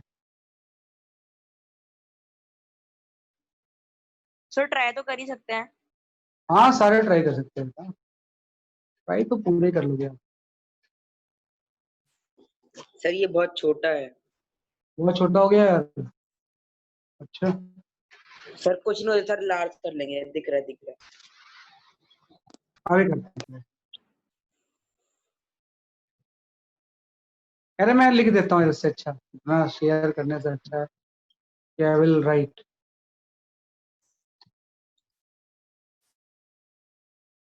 ये सही है, इसको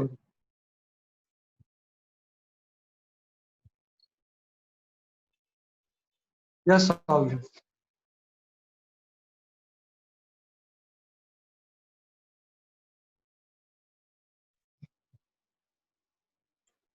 रिजल्टेंट का मतलब प्लस होता है, ए प्लस बी निकालना है।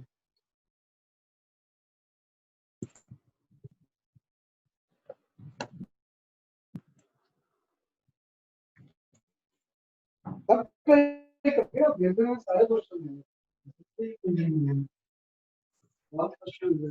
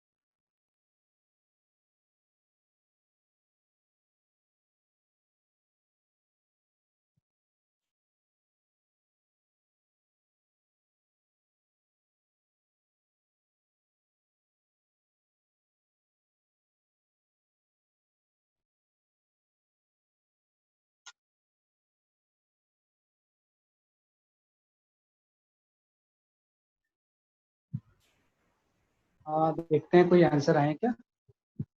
नहीं तो पिछले का ही आंसर बता दें।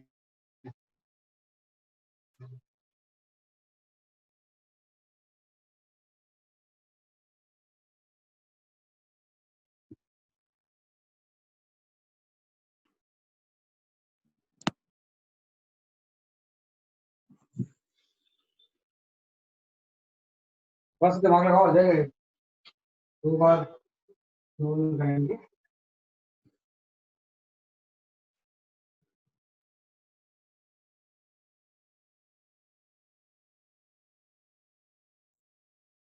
Sir, not able to do this question. नहीं कर पा रहे हो? सर 1 मिनट रुक जाओ। अभी बताओ।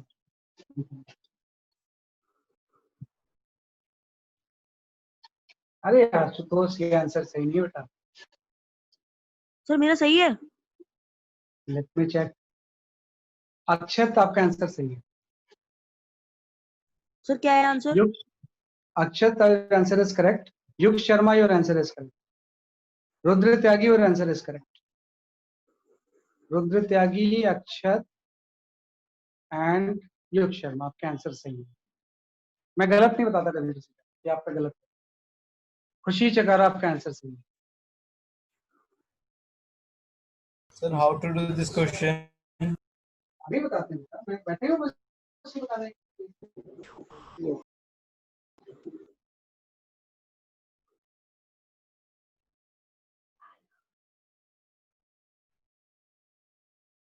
ये यहाँ पढ़ने के बाद सारे एनटीएससी ओलंपियाड सब आप कर लोगे। डोंट वरी, कोई चीज छोड़ी नहीं जाएगी आपकी, कोई चीज रिलेवेंट होगी, है ना? सही था। आई विल एक्सप्लेन, मैं बताता हूँ। खुशी, और आंसर इज करेक्ट। चलो देखो, इसने ये जस्ट बोला हुआ है कि 2 वेक्टर हैं 3p एंड 2p, है ना? मैं जस्ट ये बताता हूँ कि 2 वेक्टर हैं 3p एंड 2p। फोर्स हो सकता है, एक्सटेंशन कुछ भी हो सकता है ना? ये 2 वेक्टर हैं 3p एंड 2p, इसका रिजल्टेंट आ रहा है। तो रिजल्टेंट का मतलब होता है a प्लस b का मैंड, है ना? एक वेक्टर 3p है, दूसरा 2p। तो आप लिखोगे रिजल्टेंट जो होगा r square is equal to हो जाएगा 3p square plus 2p square plus twice of 3p into 2p into cos. आपको एंगल नहीं पता, एंगल तो निकालना है। इस 3p वेक्टर और इसके बीच का एंगल थीटा है। तो इसने बोला है कि 3p एंड 2p का रिजल्टेंट जो है r लगा दिया। r की वैल्यू अंडर रूट होती है तो r स्क्वायर ही छोड़ दिया मैंने। पहली इक्वेशन ये आ गई। फिर इससे बोला है कि अगर हम फर्स्ट वेक्टर को डबल कर दें, तो 3p की बजाय अगर हम इसको 6p कर दें तो r भी डबल हो जाएगा। तो r डबल होने का मतलब r की जगह पे 2r होगा, 2r स्क्वायर, और 3p की जगह पे आपने 6p कर दिया प्लस ये वाला तो 2p था plus twice of 6p into, है ना? दोनों इक्वेशंस आ गई, इसको आप सॉल्व कर लो तो आपका कॉस थीटा की वैल्यू आ जाएगी। कितनी आएगी? दोनों को डिवाइड करके कॉस थीटा की वैल्यू निकाल लो, आप सारी चीजें कैंसिल हो जाएंगी। दोनों को डिवाइड करके हम किसकी वैल्यू निकाल सकते हैं? Cos theta. और कॉस थीटा कितना आ रहा है आप देखो, what is the value of the cos theta? Sir, can you please show the अभी करता हूँ, अभी मैं करता हूँ। Sir cos theta is equal to -12।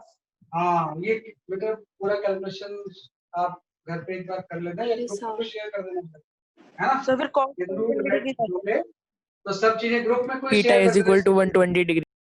हाँ, यहाँ से cos थीटा की जो वैल्यू आएगी ना वो -12। Sir, can सही you वैल्यू please show the whole calculation, please? Equal to 120 degrees. Calculation करना कैसे करूंगा मैं? ये आपको खुद से करना पड़ेगा। मैंने बोल दिया इसको डिवाइड करो, दोनों को डिवाइड करके cos थीटा की वैल्यू -12 आ जाएगी। cos थीटा की वैल्यू कितनी आ जाएगी? -12 करोगे आ जाएगा आपको। उनको डिवाइड कर दो, अपने आप सारी चीजें कैंसिल हो जाएंगी। cos थीटा की वैल्यू -12 आ गई, मींस थीटा कितना होगा? cos थीटा अगर -12 है तो थीटा की वैल्यू कितनी होगी? तो जो थीटा की वैल्यू होगी ना, आपको ध्यान रखना कि यहाँ पे थोड़ा सा हम एक चीज ध्यान रखते हैं। एक जो आपने पढ़ा था ना लास्ट क्लास में फॉर्मूला, तो एक प्लस का भी फॉर्मूला पढ़ लें। अगर मैं आपसे पूछूं कि what is the sin 90 plus theta? Sir, the board is blurred. The board is blurred. Sir आपका कैमरा Blurred. ब्लर हो गया। What is sin 90 minus theta? sin 90 minus theta की वैल्यू कितनी हो गई? sin 90 plus theta. sin 90 plus theta cos theta. And what is the cos 90 plus theta? Minus sin. Sir ये ध्यान इसके रखना, बाद 90 plus नहीं आया sin 90 plus theta का cos theta होता है, cos 90 plus theta की value minus sin theta। Sir यहाँ ये जो formula। सर पहले दो स्टेटमेंट तो ठीक हो गई सर, उसके बाद का समझ में नहीं आया। उसके बाद में मैंने 3p को डबल कर दिया, 3p की जगह पे 6p आ गया, यस सर। बाकी सारा फॉर्मूला सेम अप्लाई कर दिया, सर तो रिजल्टेंट भी डबल हो गया। सर 4p का होल स्क्वायर आना चाहिए ना? डबल हो गया, r की जगह पे 2r हो गया, 4p कैसे हो? सर तो 4p का होल स्क्वायर होना चाहिए ना सर? 6p के 6p स्क्वायर प्लस 4p का होल स्क्वायर होना चाहिए। बेटा एक ही फोर्स को डबल किया ना, दोनों को थोड़ी डबल किया। फर्स्ट वाला ही डबल। Okay sir. फर्स्ट को डबल किया है, सेकंड को थोड़ी डबल किया हमने। अगर बोलता कि दोनों को डबल किया है तो 4p होता ना।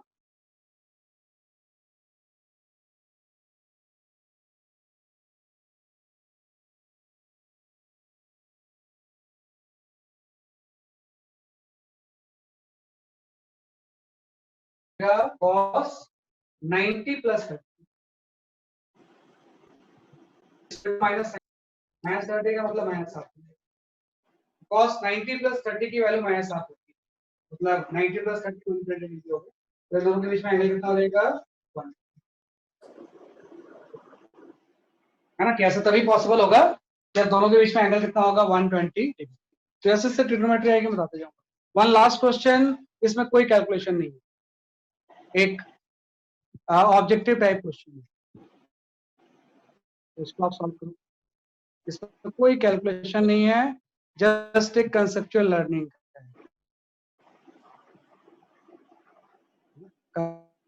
कंसेप्चुअल जो है वो लर्निंग का क्वेश्चन है, ऑब्जेक्टिव टाइप क्वेश्चन।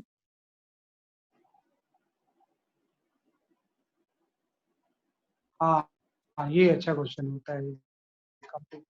अरे यार ये भी वर्टिकल हो गया, कोई बात नहीं कर लेंगे। जरूर इसे सीधा होगा आप लोग।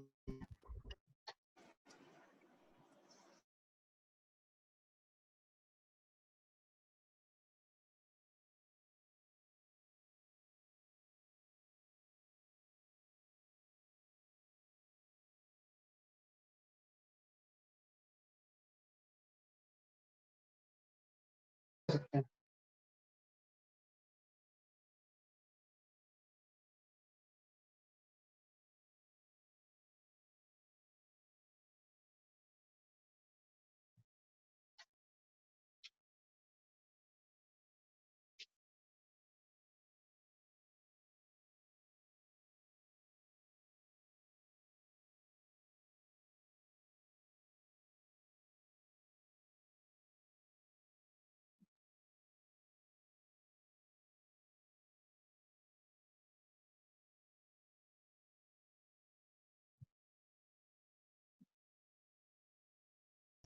सर इधर n कोई वेरिएबल है या न्यूटन है?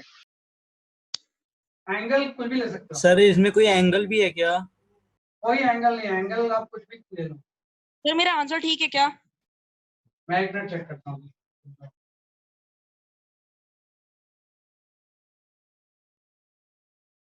भाई मैं चेक करता हूँ, एक बार पहले लिख लूँ।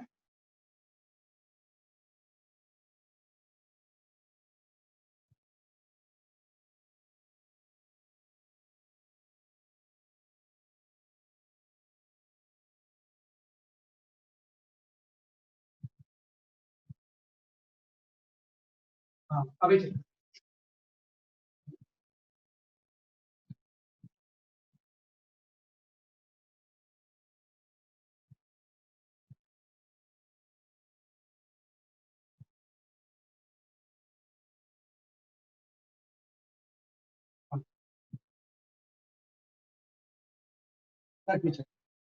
क्या आपने आंसर भेजा हुआ है?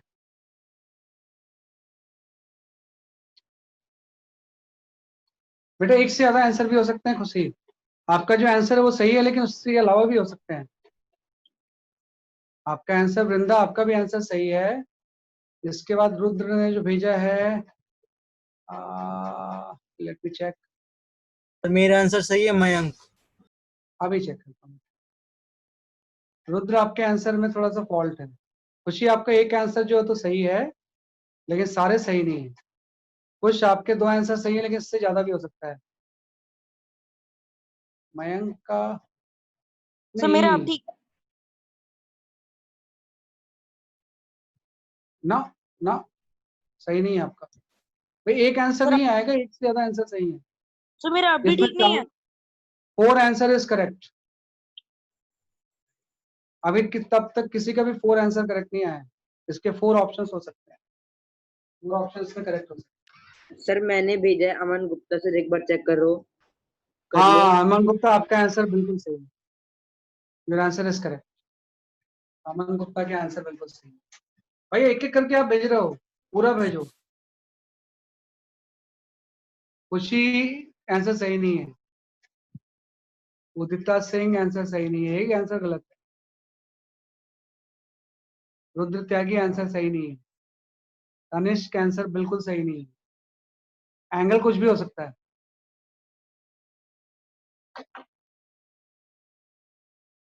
ना। अभी तक किसी का नहीं है, 1-2 लोगों का सिर्फ सही आया है। मेरे ख्याल से अमन का सही आया है, बाकी अभी किसी का भी सही आंसर नहीं है पूरा।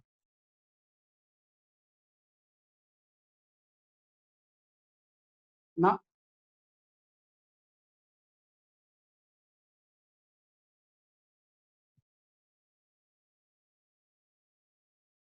देखो, मैं ये तो बोल रहा हूँ कि एक तो सही होगा, लेकिन पूरा सही नहीं आ रहा ना। ना किसी का भी सही नहीं आ रहा। आप कंसेप्ट ठीक से समझ नहीं है। ठीक से मैं बताता हूँ, वेट फॉर सम टाइम बेटा। कुछ 0 और ये 1 वगैरह तो 11 वगैरह तो हो ही नहीं सकता।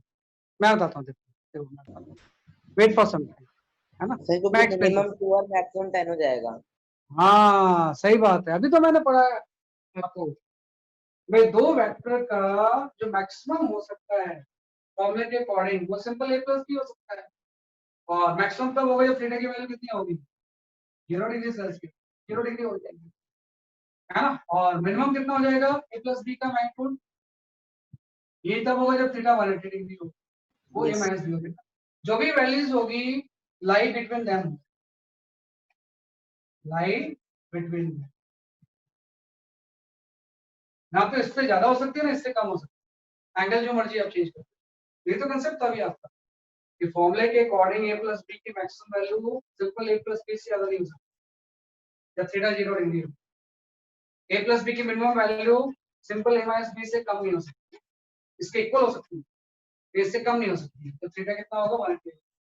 और 0 से 180 डिग्री के बीच में कुछ भी एंगल आप चेंज करोगे, 30, 60, 45 कुछ भी इसके बीच में ही होगा, है ना। तो अब देखो ए प्लस बी की वैल्यू सिंपल कितनी हो जाएगी, 6 और 4, सिंपल आपका 10 न्यूटन। और ए माइनस बी की वैल्यू कितनी होगी, 6 माइनस 4, 2 न्यूटन। मतलब जो भी रिजल्टेंट होगा वो 10 और 2 के बीच में लाई करेगा, इंक्लूडिंग दीस टू वैल्यूज। 10 और 2 के बीच में लाई करेगा, तो इंक्लूडिंग दीस टू वैल्यू, 11 तो हो ही नहीं सकता। अगर ये 6 और ये 4 है तो इनका रिजल्टेंट कभी 11 नहीं हो सकता। 2 हो सकता है जब एंगल 180 डिग्री हो, इसके 10 भी हो सकता है जब एंगल 0 हो। 1 हो ही नहीं सकता है क्योंकि मिनिमम वैल्यू 2 है, 1 इज नॉट पॉसिबल। 8 हो सकता है, ये 10 और 2 के बीच में तो लाई कर रहा है। ये नहीं हो सकता है 0, क्योंकि मिनिमम 2 है ना। अगर मिनिमम 2 है तो 0, 1 सर नहीं हो सकता, 7 हो सकता है।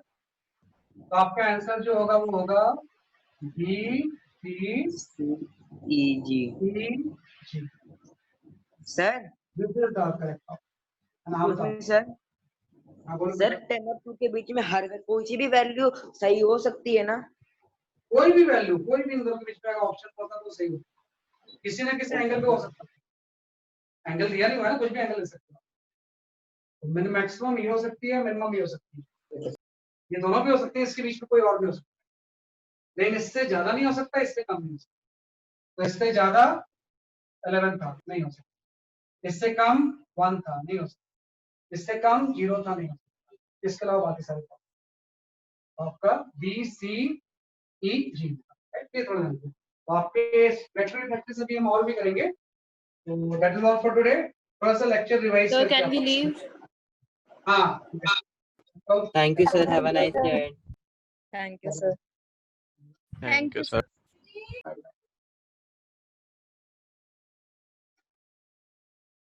Bye sir. Bye bye.